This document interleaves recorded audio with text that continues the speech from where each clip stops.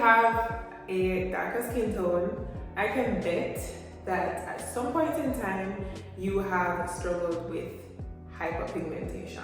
In this video, I'll be giving you the rundown on hyperpigmentation. So consider this hyperpigmentation 101. I wrote a book, it's called Fix Your Skin, and I will be taking pointers from the soft copy draft, I guess, that I have on my phone. First things first, what is hyperpigmentation? Hyperpigmentation refers to areas of your skin that are darkened or darker than the rest as a result of the overproduction of melanin in your skin. Melanin is a natural skin pigment that determines the color of your skin, your eyes, and your hair. And melanocytes are the cells that are responsible for the production of melanin. What's interesting to note is that all human beings have the same number of melanocytes. However, some persons produce more melanin than others. The more melanin that you have, the darker your skin tone, your eye color, your hair, while the less melanin that you have, the lighter your skin tone, the lighter the color of your hair and your eyes, right? Everybody has melanin, and this pigment is your body's protection mechanism. So when you are exposed to UV rays, that triggers your body's response to produce melanin. And I did mention this in my video on sunscreen, where I mentioned that some persons think that because they have darker skin tones then they don't have to wear sunscreen, and that couldn't be further from the truth. While darker skin tones have a natural SPF or natural sun protection, it's inadequate. And in that video, I also shared that darker skin tones have about SPF. SPF stands for sun protection factor, and it's a measure of how adequate of protection you get from UVB rays from the sun. So when you have sunscreen with SPF 30, SPF 50, it's referring to how much protection you're getting from UVB rays. And I'll just note it here as well. Your sunscreen gives you protection from UVB rays. However, it needs protection from UVA rays. Those contribute to photoaging, stuff like that. So it's usually good and recommended to get a broad spectrum sunscreen so you get protection from both UVA and UVB rays. Now, the point I'm making is naturally darker skin tones have about SPF 8 or 13. However, adequate sun protection for adequate sun protection you need SPF 30 and above. So the SPF 8 that we have naturally by virtue of our darker skin tones is inadequate, and we need to wear sunscreen, is the point, right? There are three types of melanin. We have eumelanin, phenomelanin, and neuromelanin. Eumelanin and phenomelanin are produced by melanocytes, while neuromelanin is produced in your brain. What does this have to do with hyperpigmentation, which I know everybody wants to know? How can I treat my hyperpigmentation? Alright, so first things first, or second things second, since I said first things first before.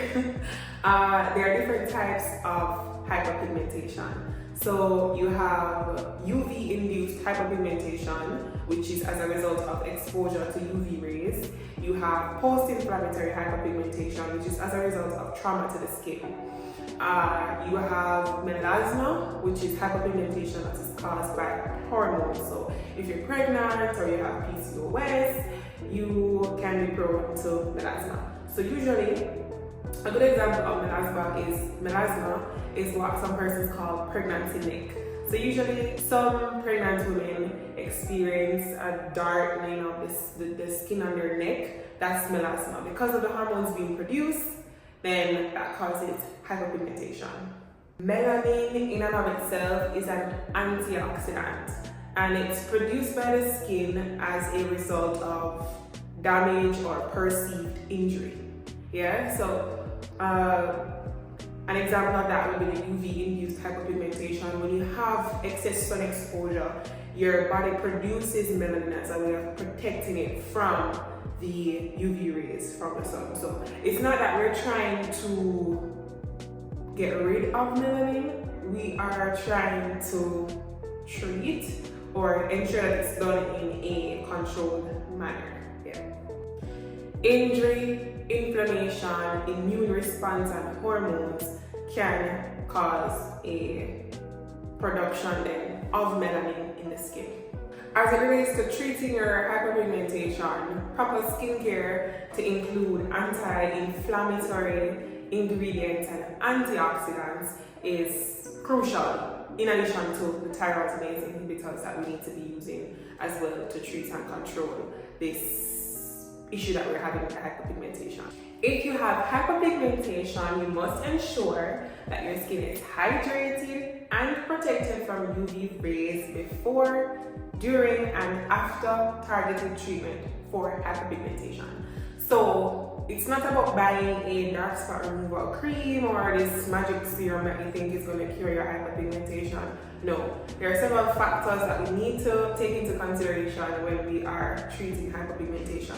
Barrier protection, we need to ensure our skin is hydrated. Immune function, skin renewal, we need to ensure that we are exfoliating but not over exfoliating. And then skin renewal. And then we also need to target melanin response, which we're going to get into. Falls under using tyrosine inhibitors. So your alpha-arbutin, your retinol, niacinamide, glutathione, licorice root extract, so on and so forth. We are exposed to UV rays, reactive oxygen is generated. So think about, chemicals in your skin. And the UV rays is essentially that like fire or that gasoline then onto the fire that just causes a whole explosion. So when reactive oxygen is generated in the skin, then your melanocytes aggressively produce, or not aggressively, your melanocytes excessively produce melanin. And then that excess production of melanin leads to the hyperpigmentation and skin conditions that we want to treat. I say that because the issue that we're having with hyperpigmentation is not as a result of the natural functioning of our melanocytes, because they're there for a reason, right? And we mentioned that before. They are a part of your body's natural, your body is always trying to maintain homeostasis. So it's a part of your body's natural response to external and internal triggers. The issue that we're having with this excess or overproduction of melanin is that it's happening in a sporadic melanin distribution, right? Because I'm black, I have a dark skin tone, so my issue is not my skin tone. My issue would be if I have dark spots all over my face, which would be sporadic distribution of the melanin in my skin, because half of my face darker than one, or it's not even, it's not an even distribution then. So it's that, the dark spots and the dark patches, that's the area of concern, not the natural, not my natural skin tone, because I'm fine with the skin tone, but the issue is the dark spots. This, I guess you can call it melanin malfunction, is as a result of inflammation in the skin. So when your thighs rub, that can cause chafing, and then you can get dark in the thighs. That's inflammation. You can get post-inflammatory hyperpigmentation. Or a perfect example is this dark spot. I'm actually going to be doing a video doing a chemical peel for this. So me popping a bump on my face that leaves a scar, that is post-inflammatory hyperpigmentation, because as a part of the wound healing mechanism of my body naturally, it triggered that production of melanin in my skin, which leads to the dark spots. I'm going to read this excerpt from the book again. In treating hyperpigmentation, you should know about tyrosinase. It's an enzyme that's found in your melanocytes that oxidizes an amino acid called tyrosine to produce melanin. This is also why sunscreen is important generally, but also and especially when you're treating hyperpigmentation.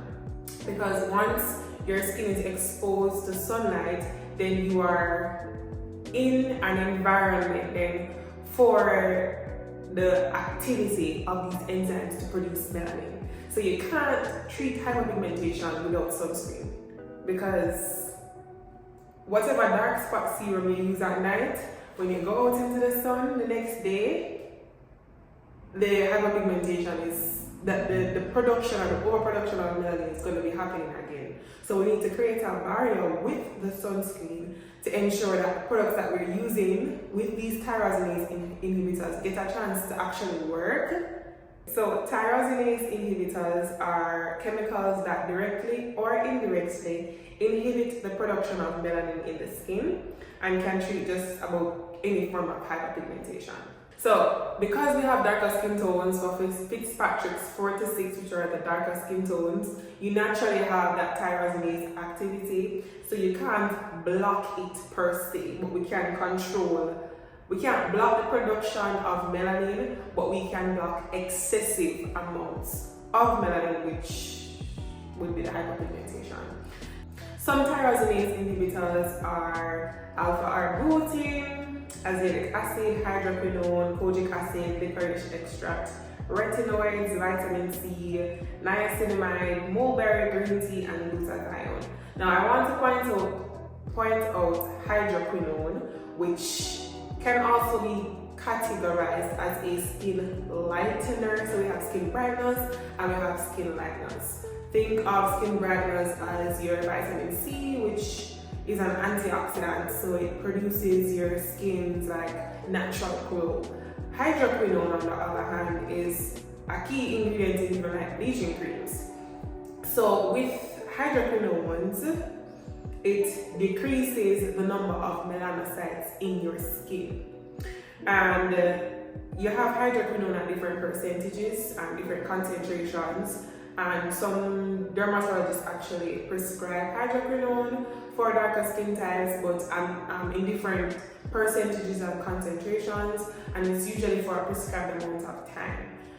The issue with hydroquinone, or my issue then, my gripe with hydroquinone, is it's a skin liner. So as I mentioned before, we're not trying to interfere with the skin's natural way of doing things. We just want to ensure that it's not sporadic. We're not trying to reduce the number of melanocytes in our skin, because that would in turn alter our skin tone. Then we're not trying to do that. We just want to get rid of the sporadic dark spots here and there. That's what we want to treat, not our skin tones in and of itself.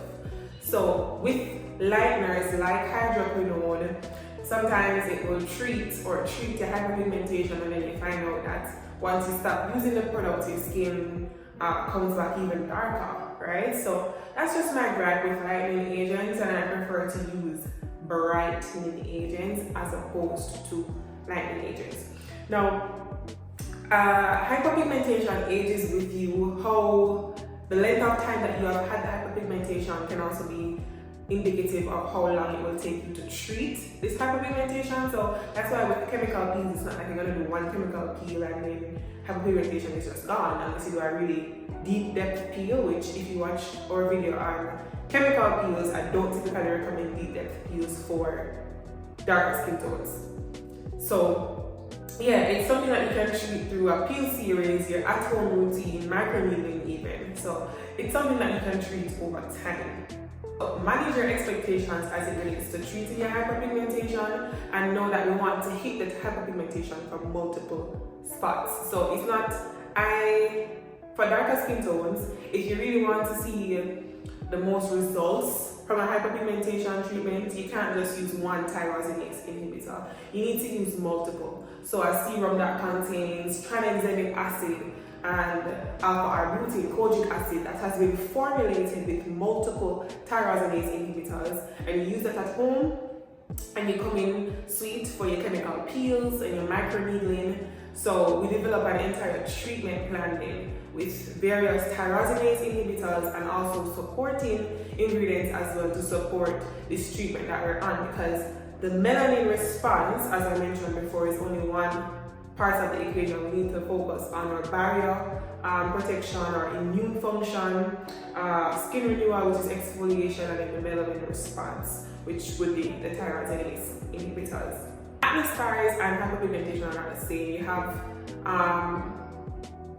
You have pitted scars in your skin that look like kind of like a crater, some persons say, and you have the actual texture. So you have texture different from like the aesthetic appearance of your skin, and those are different.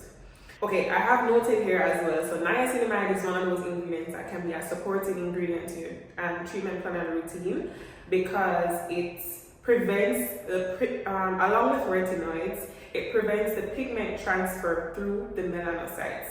So we want to stop the transfer of the pigment before it even gets a chance to manifest on our skin, right? Tranexamic acid works by blocking pigment production. So you see we have different sections. So we have the niacinamide that works by preventing the manifestation of the dark spots. The tranexamic acid that works by blocking the production of pigment. And we have the exfoliants in our routine that target the cell turnover. So it's revealing that vibrant and healthy skin, to remove the hyperpigmentation that's already in the skin. So exfoliants and retinoids do that. So we can target it from multiple angles. You can use, as I mentioned before, the topicals at home, and you can come in sweet for your microneedling and your chemical peels to garner the best results.